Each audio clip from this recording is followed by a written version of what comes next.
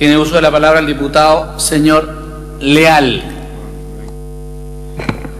Gracias, señor presidente. Señor presidente, señoras y señores diputados, en el breve tiempo que tenemos, quiero señalar lo siguiente. A mí me parece que hay una cierta liviandad en parte de quienes hablan de reducir el IVA y el impuesto a los combustibles, pero afirman de inmediato la imposibilidad de aumentar el impuesto a las grandes empresas. Entonces hay que tener una correlatividad con esto, porque es cierto que en otros países de América Latina se paga menos impuesto específico a los combustibles, pero es cierto que hay una estructura tributaria distinta, donde el impuesto a la renta es mucho mayor.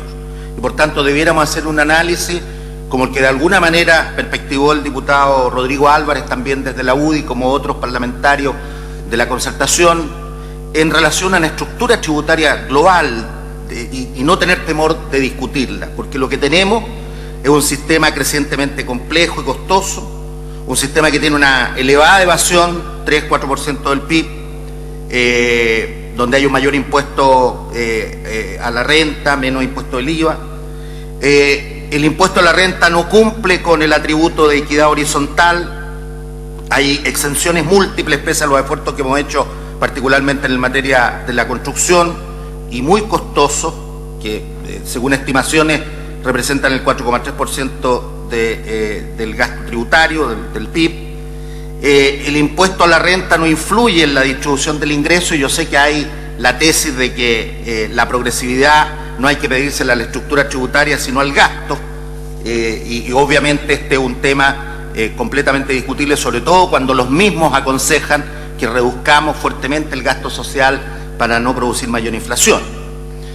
Yo creo que tenemos que pensar, en primer lugar, en un aumento al impuesto a la renta, que efectivamente puede crear condiciones para eliminar otros impuestos. Si en Chile abordáramos un aumento del impuesto a la renta, eso podría significar disminuir combustible, disminuir contribuciones para sectores medios, para adultos mayores, disminuir el IVA, pero sobre la base de que haya un aumento del impuesto a la renta, particularmente el impuesto de primera categoría.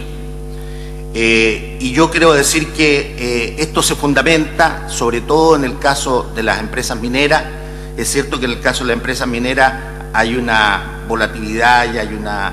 en el tiempo los proyectos tienen distintos precios y las empresas mineras tienen que tener una consideración de este fenómeno.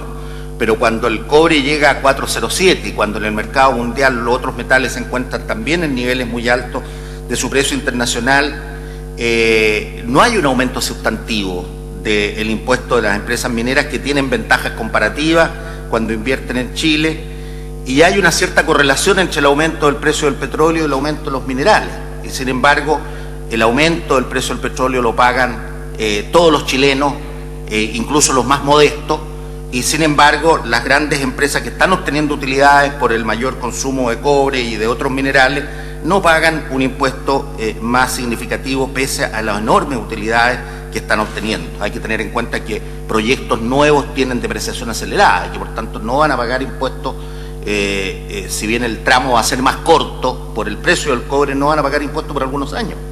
Y sin embargo, en el marco de un contexto de utilidad extremadamente grande. Yo soy partidario de eliminar el impuesto específico a los combustibles, y soy partidario de eliminarlo de manera transitoria, mientras dure el precio del petróleo en estos niveles, y se podría establecer una cierta relatividad que tenga que ver con el precio del petróleo y de los combustibles a nivel internacional. Pero tengo en cuenta también las externalidades, y que las externalidades las paga el Estado. Y por tanto, también respecto al impuesto a los combustibles tenemos que tener una relación al resto de la carga tributaria en el país. Creo que hay que abordar el tema de la energía renovable. Este es un tema urgente que tiene que ver justamente con este problema, y simplemente a mí me gustaría que tuviéramos una mayor fantasía como la que ha tenido el gobierno mexicano. Ustedes saben que el gobierno mexicano ha llegado a un acuerdo con sus empresarios para congelar durante un año 140 productos que se congelan por el precio durante un año. Las tortillas que comen los mexicanos están congeladas, pero eso es un acuerdo, no una ley, no una reforma constitucional, es un acuerdo entre los empresarios y el gobierno mexicano para los 140 productos más básicos, de manera de poder enfrentar la inflación. Bueno, este es también un tema que está ligado al tema tributario, y yo creo que respecto de eso yo le pediría naturalmente a Hacienda que tuviéramos una mayor fantasía y ojalá pudiéramos abrir un debate sobre la reforma tributaria en este periodo. Gracias, señor presidente. Muchas gracias, señor diputado. A continuación.